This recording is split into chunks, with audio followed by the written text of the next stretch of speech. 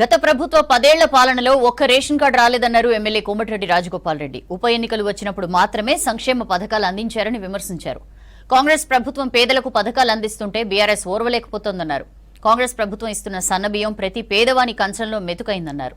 YS హయాంలో ఇందిరమ్మ ఇండ్లు ration కార్డులు వచ్చాయని తెలిపారు. మళ్లీ కాంగ్రెస్ ఆధ్వర్యంలోనే ఇందిరమ్మ ఇండ్లు రేషన్ కార్డులు వస్తున్నాయని చెప్పారు. గత 10 ఏళ్లలో ఒక్క రేషన్ కార్డు పంపిణీ జరగలేదన్నారు ఎమ్మెల్సీ నెల్లికంటి సత్యం. నల్గొండ జిల్లా మునుగోడు క్యాంప్ ఆఫీసులో లబ్ధిదారులకు నూతన రేషన్ కార్డ్స్ పంపిణీ చేశారు రాజగోపాల్ రెడ్డి, నెల్లికంటి సత్యం.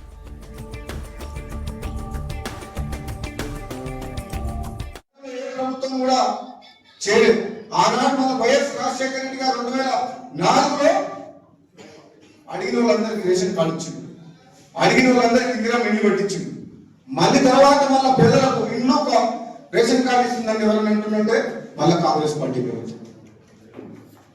ఇది మామూలు విషయం కాదు.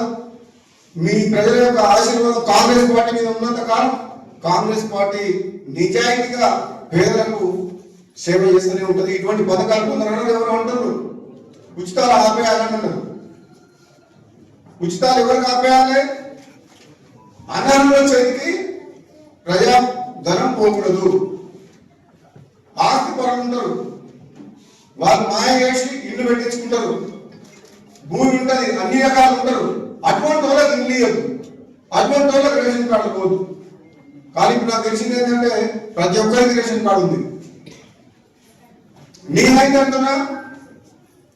స్వచ్ఛందంగా సమాజంలో తెలంగాణ రాష్ట్రంలో మనం 10 మందికి అన్నం పెట్టే స్థితిలో ఉన్నప్పుడు మనం చేయిదా అనుకోవద్దు. భగవంతుని ఎప్పుడు కూడా మన చెయ్యి ఇట్లా ఉండాలని ముక్కోవాలి, కానీ భగవంతుడు దగ్గర అడుక్కునే స్థితిలో ఉండకూడదు. మనం 10 మందికి అన్నం పెట్టి 10 మందికి సాయం చేయాల స్థితిలో మనం ఉండాలని భగవంతుడు కోరుకోవాలి. మన కాలం